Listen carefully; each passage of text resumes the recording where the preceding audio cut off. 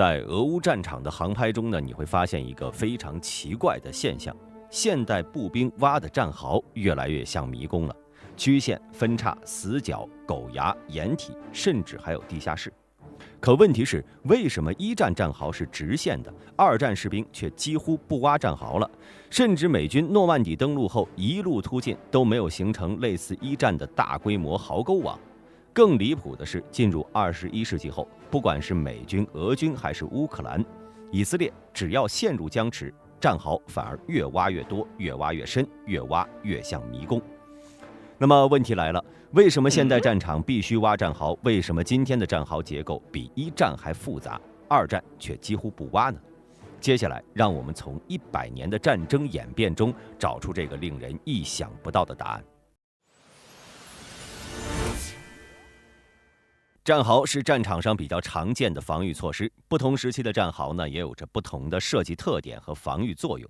一战之前，世界上的冲突形态主要还是以传统的步兵列阵冲锋、骑兵主力部队尝试突击的模式。但这种以兵力当肉盾的作战方式，会使战斗减员速度变得相当快。当工业革命爆发之后，这种传统作战模式在密集火炮之下已经无处遁形了，其溃败之势堪称秒杀。为了寻求更高效的防御方法，战壕战术应运而生。这个时期的战壕呢，有4个方面的特点：一、纵深加梯次布局，像迷宫一样，能实现多层防御。首先，挖一座主战壕，再围绕其挖一些散兵壕坑、交通壕、战备壕等等，以形成多层次相互交错的防御线，而每一条防御线都有狙击和交替掩护的作用。二、结实耐造，功能齐全。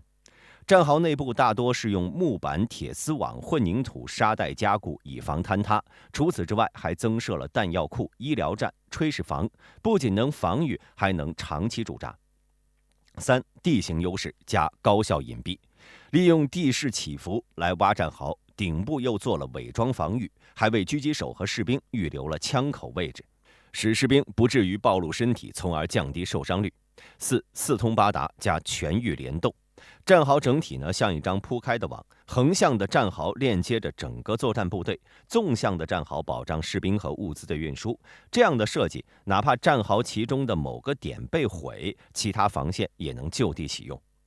1916年凡尔登战役期间呢，德法双方都建立了具备以上4个特点的战壕，而绵延数公里。期间，德军为了粉碎法军的战地防线，还对其实施了长时间不间断的火力密集攻击，最终也只是将其炸烂，而并未炸毁。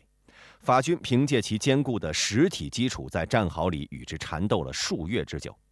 还有1916年7月的索姆河战役，英法联军在与德军焦灼对峙了4个多月，死伤上百万，堪称西线战场最惨绝人寰的一次战斗。只因协约国与同盟国双方都沿着战线建筑了纵横交错的网状战壕，在该战壕中，主战壕将其他各路单元串联起来，四通八达，让双方后勤补给和伤兵运输都得到高效运转，使战线不至于过早崩盘，因此形成了硬碰硬的惨烈局面，同时也体现出战壕战的攻防对峙和体系化防御的核心特点。伴随着科技的不断发展，战事不断升级，这些有着丰功伟绩的网状战壕也逐渐在二战中被边缘化了。二战时期呢，世界大战的形态已经出现了机动化和立体化的革命性转变。一战时期的静态防御工程已经无法满足全新的作战模式。综合痛点呢有装甲集群的突击、空地协同的打击、作战理念的升级。二战时期，德国、苏联、美国等盟军开始采用以坦克为刀刃加多兵种协调的作战模式，其中装甲师作为主要突击力量，配备重型坦克加轻型坦克，比如德国的4号、苏联的 T-34、虎式、KV 系列等等，搭配机械化步兵辅助突击。再加上反坦克部队加空中支援加维修连、侦察营的全域联动，使地面战壕的隐蔽炮火点呢是完全暴露在视野下，摧毁它们犹如探囊取物般简单。最突出的是德军的闪电战，将坦克装甲车和轰炸机相结合，并形成快速突击群。能迅速将对手的防线纵深撕裂，并急速穿插至纵深。比较典型的例子呢，就1939年波兰战役，那是德国真正意义上的第一场大规模闪电战。当时波兰采用的还是一战时期传统战壕防御设施，德军呢则让轰炸机编队先洗礼目标战壕，而后派出第19装甲军作为主要突击力量，直接将波兰的防御线撕出一条口子。紧接着，坦克装甲搭配机械化步兵，火速向后穿插，直接将华沙地区全部包围。最后，波兰只抵抗了36天，便缴械投降了。1940年的法国战役，德军对英法联军，当时呢，英法联军已经修建了牢固的重点战壕，防御工程马奇诺防线，静待德军的到来。怎料德军出其不意地绕开了该防线。率装甲集群从阿登森林搞突袭，10天向其纵深推进了300多公里，一路干到了英吉利海峡沿岸，将英法主力部队反围困至敦刻尔克，彻底切断了其后方退路，致使法国再一次战败。1943年库尔斯克会战，德国跟苏联交战，这个时期苏联的实力也不容小觑。当时苏联为了预防德国的进攻，在库尔斯克建立了坚固的防御工程，也向学习德军投入了大量装甲部队开道。彼时呢，德国正集结着虎式、豹式等先进坦克组成装甲集群，准备对库尔斯克采取包抄式进攻。据悉，苏德双方共投入了600辆坦克。在交战时，德军的密集火力始终无法像肯氏波兰般轻易撼动苏联的防御层，而苏联则依靠自身的纵深优势，利用装甲集群加预备队，硬生生扛住了德军进攻。虽然德军的虎爪很锋利，但苏联的骨头也足够硬。双方交战是赤裸裸的装甲集群面对面硬磕，这种战法的强度是传统的战壕战术所无法支撑的。除此之外呢，二战时期战场的范围也从过去的狭小之地转向了广阔之地，比如海地和空域。在这些新的战域面前，地面上的战壕显得很鸡肋了，而且无法发挥出有效作用。基于此，军队不得不考虑更强的机动性和灵活性，来提升作战性能，以打破传统战壕战术的局限性和固定性。因此，这个时期爱挖战壕的国家少了，战壕战术便开始转向没落了。可大兵万万没想到，这种被二战摒弃的防御工程，后来又在现代战场上派上了大用场。时间来到21世纪，战争又进入了以信息化为主、智能化提速以及多域协同的体系化对抗模式。在未了解具体之前呢，大兵跟诸位一样，都认为在现代战争中，无人机和精确制导武器犹如天眼，能使目标无所遁形，必然不会再见到挖战壕这种过时的战术。然而，俄乌冲突和中东战场的实景却给了我们颠覆性的答案。战场似乎回到了一战时期，战壕再一次成为主角。然而，这种看似回归一战的模式，并非是作战技术的退步，而是身处现代战争环境下的必然选择。因为这个时期的交战双方作战体系实力已经达到均衡，为了求持久对峙，只能在防御方面寻求新的突破。比如高科技武器下的相互制衡与降维打击。美国当年在海湾战争中的惊人表现，对伊拉克来说是降维打击。因为双方实力悬殊过大，美国不需要构建什么坚不可摧的战壕，防御工程则直接利用信息技术，再调动部队使联合作战就能胜利。但这种胜利是非对称性的，只对军事实力弱小的国家好用。若是匹配同等或者是军力水平差不多的国家，是很难复制海湾战争的胜利模板的。当双方在尖端武器领域不相上下时，只能将战线拉回地面。在传统交火模式中，比拼谁更抗揍，谁的防御塔更坚固，这一点已经在俄乌战场上得到了验证。而俄乌战争之所以延续至今，正是双方势均力敌的结果。俄罗斯方呢有远程火炮和先进的防御系统以及无人机，而乌克兰也有无人机，以及北约提供的反坦克武器和侦察设备，两者都可以实现精准相互打击。最终结果就是双方都很肉疼，谁都不会轻易派出机动部队前来送死。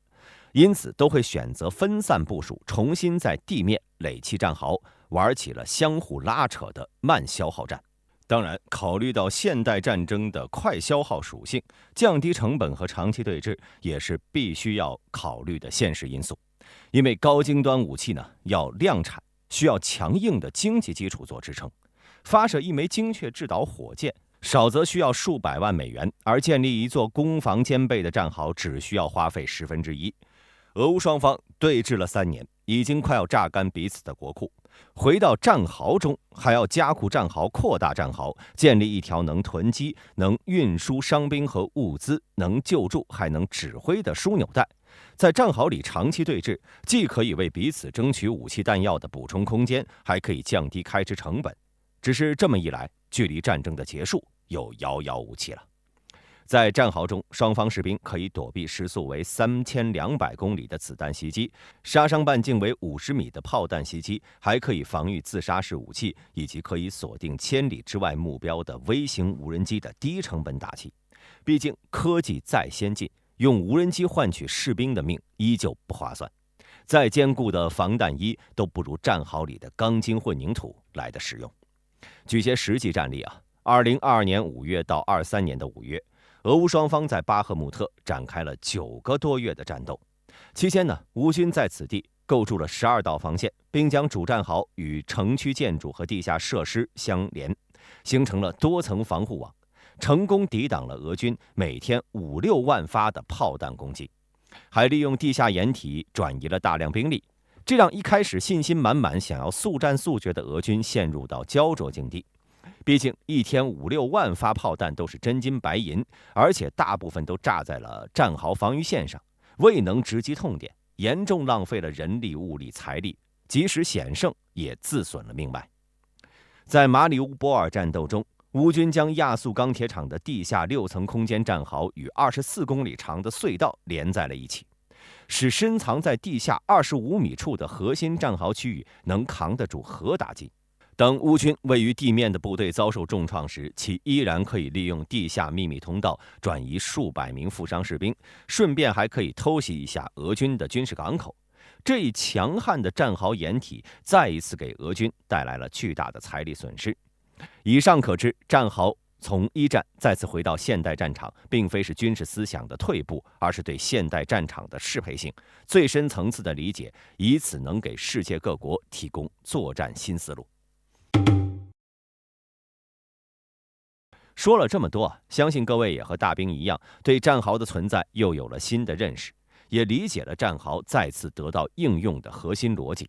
那么未来的战壕又会得到怎样的发展和运用呢？大兵认为，未来的战壕还会被广泛的开发并应用，并且伴随着高效化、智能化、灵活化等高能模式出现。例如，在攻克一些高难度地形时，采用3D 打印技术，做出不同原料的掩体模块，使其不仅具备防御功能，还能在短时间内实现高效组装。在智能化上，可以根据不同功能的模块搭配凯夫拉屏障阻挡弹片，再嵌入电子信息设备，使其具备反侦察、反电磁波干扰的能力，为掩体中的战士们提供安全保障。从俄乌战场反射出的需求看，大兵认为未来战壕还会在隐蔽性能上有所提升，